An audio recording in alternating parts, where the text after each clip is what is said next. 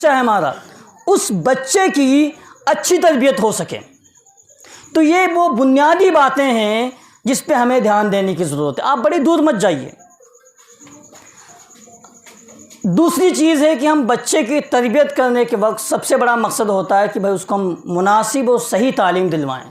ایسی تعلیم جس سے اللہ بھی راضی ہو اور دنیا بھی اس کی بنے اور آخرت بھی بنے اور وہ بچہ آخرت میں جا کر کے کامیاب ہو جائے.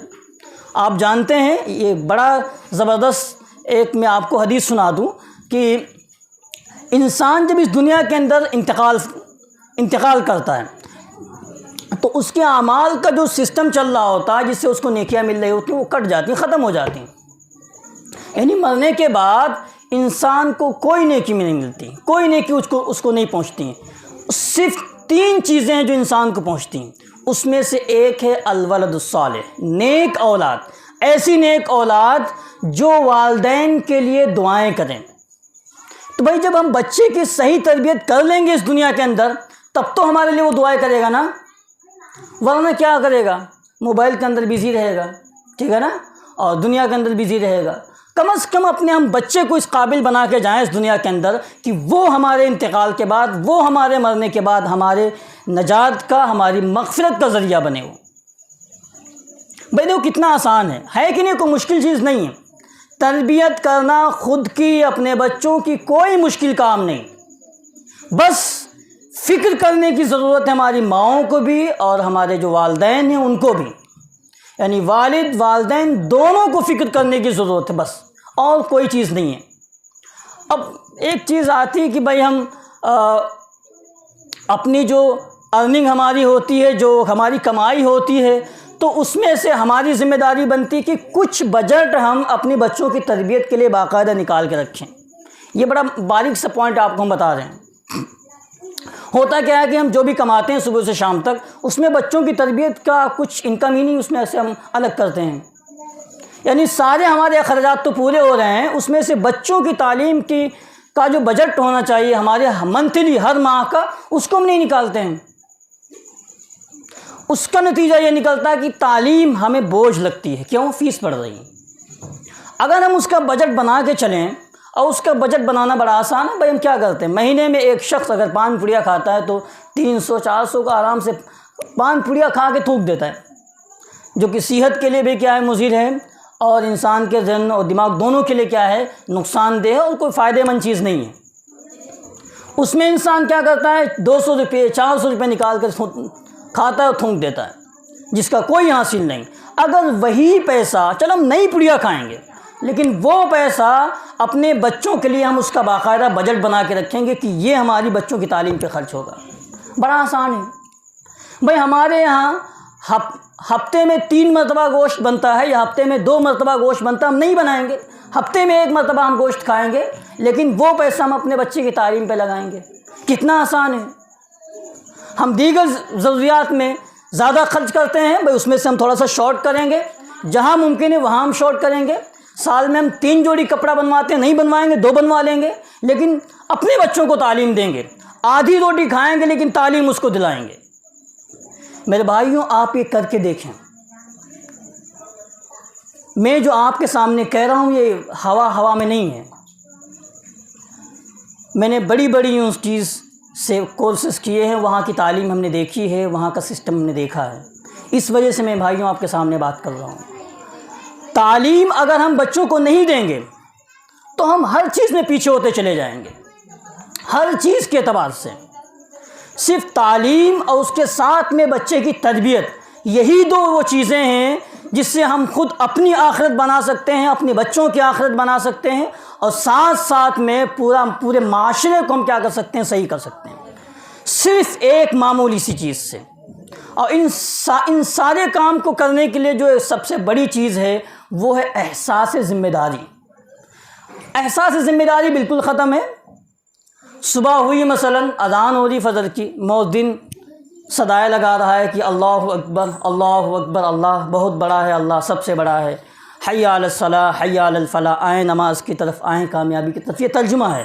حی علی الفلاح، آئیں کامیابی کی طرف، حی علی الصلاح، آئیں نماز کی طرف. یہ ترجمہ ہے جو اذان ہوتی اس کا. اب ہوتا کیا ہے کہ والد صاحب تو خراٹے مار کے سو رہے ہیں، والدہ بھی سو رہی ہیں، ساتھ میں بچہ بھی سو رہا ہے، اب تربیت کیسے ہوگی بتائیں آپ؟ یہ ذمہ داری والدین کی ہے، ماں باپ کی ہے کہ وہ خود صبح اٹھیں، بچے کو اٹھائیں، آپ خود فجر کی نماز ادا کریں، بچوں کو کم از کم جب چھوٹے بچے ہوں تو اس پہ سختی نہ کریں، لیکن ان کو بیدار کریں۔ آپ مستقل یہ عمل اگر کریں گے، خود بھی نماز پڑھیں گے، بچے کو بیدار کریں گے، انشاءاللہ وہ آہستہ آہستہ آہستہ آہستہ آہستہ آپ کا اثر پڑے گا اس پہ، وہ خود انشاءاللہ نمازی ہو جائے گا۔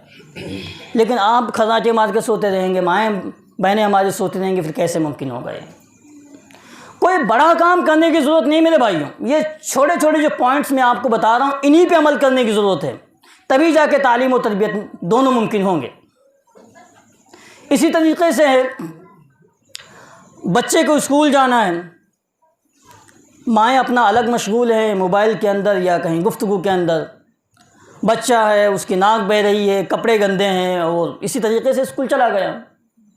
بھائی بچہ ہے، اس کو آپ کی ذمہ داری دیکھ بھال کی، اس کو نہلائیں، ذرا سا صاف ستھرے کپڑے پہنائیں، اس کو جو کتابوں کا بستہ ہے وہ صاف ستھرا اس کو دیں، بھلے ہی اس کو بوریا کا سل کر کے دیں یا کسی کپڑے کا سل کر کے دیں، مشین سے سل دیں، تھوڑا سا صاف ستھرا اس کو اچھا سا بنا دیں تاکہ اس کو احساس ہو کہ میں پڑھنے جا رہا ہوں، اس کو احساس ہو اس بات کا میں مدرسے یا اسکول جا رہا ہوں۔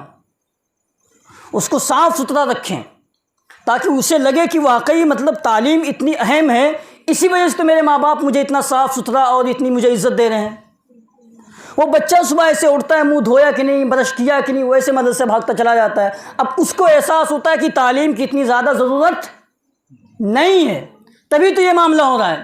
ہم جیسے گھر میں رہ رہے ہیں ویسے مدرسے میں رہ رہے ہیں، کوئی there is no difference between the life in the home and in the school, یعنی گھر کی زندگی میں اور باہر کی اسکول کی زندگی میں کوئی فرق ہی نہیں ہے، تو اس کا مطلب تعلیم و تربیت کوئی چیز ہی نہیں ہے۔ میرے بھائیوں، یہ چھوٹی چھوٹی چیزیں میں جو آپ کے بتا رہا ہوں، یہ آپ کریں، انشاءاللہ اس کا بینیفٹ دیکھیں گے، اس کا انشاءاللہ ثمرہ دیکھیں گے، اس کا فائدہ انشاءاللہ دیکھیں گے کچھ ہی مدت کے اندر۔ بچے کو احساس دلائیں کہ بیٹا تعلیم جو ہے واقعی اہم ہے، جب بچہ اسکول سے آئے باقاعدہ اس کا استقبال کیا جائے، حق تو یہ ہے بچے کا۔ بھئی ایک بچہ ہے وہ باقاعدہ اسکول کے لیے جا رہا ہے، آپ بتائیں ایک بچے کا اگر انتقال ہو جائے تو وہ کہاں جائے گا؟ ایک نابالغ بچے کا اگر انتقال ہو جائے وہ کہاں جائے گا؟ میرے بھائیوں، سیدھے جنت میں جائے گا، کوئی سوال کتاب حساب کتاب کچھ نہیں، وہ سیدھے جنت جائے گا۔ اور ایک بالغ شخص کا انتقال ہو جائے اس کے لیے کیا ہوگا؟ جو پورا پروسیس اللہ رب العزت نے رکھا ہوا ہے وہ پورا ہوگا، منکر نکیر بھی آئیں گے، حساب و کتاب بھی ہوگا، اس کے بعد آپ نے جس کا حق مارا ہے اس کا حساب کتاب ہوگا، درزے بھی چلیں گے، ٹھیک ہے نا، اور دونوں چیزیں ہوگی وہاں پہ، کوڑائی بھی ہوگی اور اچھائی بھی ہوگی آپ کے اعمال کے اعتبار سے۔ لیکن ایک بچے کا انتقال ہو جائے وہ انشاءاللہ سیدھے کہاں جائے گا؟ امید جنت جائے گا انشاءاللہ، ٹھیک ہے نا۔ اب ہم تربیت کر رہے ہیں ایسے شخص کی، ہمیں ذمہ داری دی گئی ایسے شخص کی تربیت کرنے کی جو باقاعدہ جنتی ہے، اور تربیت کون کر رہا ہے؟ جس کے جنت کا کوئی پروانہ کسی کے پاس، کوئی سرٹیفکیٹ کسی کے پاس نہیں ہے۔ تو میرے بھائیوں، بڑا حساس مسئلہ ہے یہ، وہ ڈرتے رہنے کا مسئلہ ہے۔ اسی وجہ سے یہ کہ پہلے انسان خود کی تربیت کرے، بعد میں اپنے بچے کی، اور اس تربیت کو لے کر کے آپ حساس ہوں۔ کیوں؟ اس کا سب سے بڑا ریزن آپ کے سامنے ہے۔ میں اگر آپ کا انتقال ہو گیا، خدا نخواستہ ایک والد ہے جو اپنے بیٹوں پہ اپنی بیٹیوں پہ بڑی محنت کر رہا ہے، ان کی تربیت کے سلسلے میں، ان کی تعلیم کے سلسلے میں، اچانک اس کا انتقال ہو جاتا ہے، انشاءاللہ آپ کا فائدہ یہ ہوگا کہ آپ کے انتقال کے بعد بھی آپ کو مستقل نیکیاں ملتی رہیں گی۔ بتائیں کتنا بڑا کام ہے آپ کے لیے، کتنا بڑا کام ہے آپ کے لیے۔ لیکن اگر آپ نے ایسا نہیں کیا تو کیا ہوگا؟ کتنا بڑا خسارہ، کتنا بڑا وہ شخص کتنا بڑا ہی کیا ہے ناکارہ آپ اسے سمجھیں، یا کیا لفظ استعمال کریں کہ جس کا انتقال ہو جائے اس کے پیچھے کوئی دعا کرنے والا نہ ہو، کوئی چند آیتیں پڑھ کے بخشنے والا نہ ہو، اس کو اپنی نمازوں کے اندر، اپنی دعاؤں کے اندر یاد کرنے والا کوئی نہ ہو۔ کتنا بڑا مطلب محروم ہے وہ شخص، اور کتنا ہی بڑا بابرکت ہے وہ شخص۔ اس کا انتقال ہو جائے کوئی فرق نہیں ہے، مستقل اس کے کاموں کی، یا اس کے بچے ایسے ہیں ان کو تعلیم ایسی دی اس نے، اس کی مستقل اس کو نیکی ملتی رہیں گی۔ تو میری ماؤں بہنوں میرے بھائیوں، یہ چھوٹے چھوٹے کام ہیں جس کی باقاعدہ آپ کو ذمہ داری لینی ہوگی، باقاعدہ ایک مشن کے ساتھ۔ پھر انشاءاللہ اگر آپ اس ذمہ داری کو لیتے ہیں، چند مہینے کے اندر انشاءاللہ آپ کو خود فائدہ دکھے گا، اس کا خود دکھے گا انشاءاللہ فائدہ آپ کو اس کا انشاءاللہ۔ کیونکہ میرے بھائیوں جو بڑی بڑی چیزیں انسان سمجھتا ہے کہ میں نہیں کر سکتا، قرآن کریم کہتا ہے لا یکلف اللہ نفسا الا وسعہا، کہ ہم نے انسان پہ کوئی ایسا بوجھ ڈالا ہی نہیں کہ انسان کر نہ سکے، انسان کے اندر سخت و طاقت نہ ہو۔ میرے بھائیوں ہم سب کچھ کر سکتے ہیں، ہم بڑے سے بڑے عبادت گزار بن سکتے ہیں، ہم اپنی بڑے سے اپنی اولادوں کو، اپنی بیٹیوں کو، اپنے بیٹوں کو بڑا سے بڑا کوشش کر سکتے ہیں کہ وہ بڑا سے بڑا ولی بن جائے، بڑا سے بڑا محدث بن جائے۔ محدث کہتے ہیں یعنی جو حدیثیں ہیں جو اللہ کے رسول صلی اللہ علیہ وسلم نے فرمایا یا کہا یا عمل کیا، ان کو حدیث کہتے ہیں، ان کا علم رکھنے والا بن جائے۔ بڑا سے بڑا آپ کا بیٹا قرآن کا یعنی مفسر بن جائے۔ مفسر کہتے ہیں اصل میں قرآن کریم جو ہے نا، جو اللہ کی کتاب ہے نا، اس کا علم رکھنے والے کو مفسر کہتے ہیں۔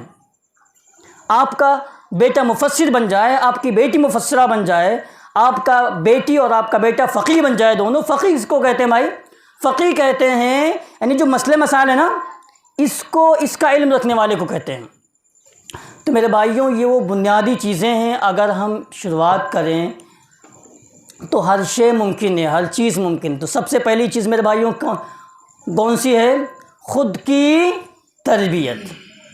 ہمارے ماؤں سے بھی گزارش ہے، اپنے بھائیوں سے بھی، کہ سب سے پہلا کام ہمیں کیا کرنا ہے؟ خود کی تربیت کرنی ہے۔ دوسرا کام کیا کرنا ہے؟ اپنی اولاد کی تربیت کی فکر کرنی ہے۔ تیسرا کام کیا کرنا ہے میرے بھائیوں؟ اپنی آمدنی میں سے، اپنی پونجی میں سے باقاعدہ اپنے بچوں کی تعلیم کے لیے ایک بجٹ باقاعدہ نکال کے رکھنا ہے، تاکہ آپ کا بچہ صدقہ و زکوٰۃ وغیرہ نہ استعمال کر کے آپ کی محنت کی کمائی جو آپ نے خون پسینہ بہا کر کے کمایا ہے، وہ کمائی، آپ کی خالص کمائی آپ کے بچے کی تربیت میں لگے، تاکہ اس کا فائدہ اللہ رب العزت آپ کو دیں۔ اور سب سے آخری پوائنٹ کیا ہے میرے بھائیوں؟ ان تمام چیزوں کے لیے احساس ذمہ داری کا اٹھانا، احساس ذمہ داری کا اٹھانا یعنی ذمہ داری اپنے سر لینا کہ ہمیں باقاعدہ اپنے بچوں کی تربیت کرنی ہے۔ باقاعدہ اس بات کو اپنے ذہن و دماغ میں صبح سے شام تک باقاعدہ یاد دلانا، اپنے ذہن و دماغ میں اس بات کو گردش کرانا۔ میرے بھائیوں یہ چند وہ باتیں تھیں جو میں نے آپ کے سامنے رکھی۔ اللہ تبارک و تعالیٰ سے دعا ہے کہ اللہ تبارک و تعالیٰ ہم تمام کو، والدین کو، اپنے نوجوان بھائیوں کو اور بہنوں کو، ان تمام حضرات کو آپس میں محبت کے ساتھ رہنے اور اپنی خود کی تربیت کرنے اور اپنے بچوں کی تربیت کی فکر کرنے کی توفیق عطا فرمائے۔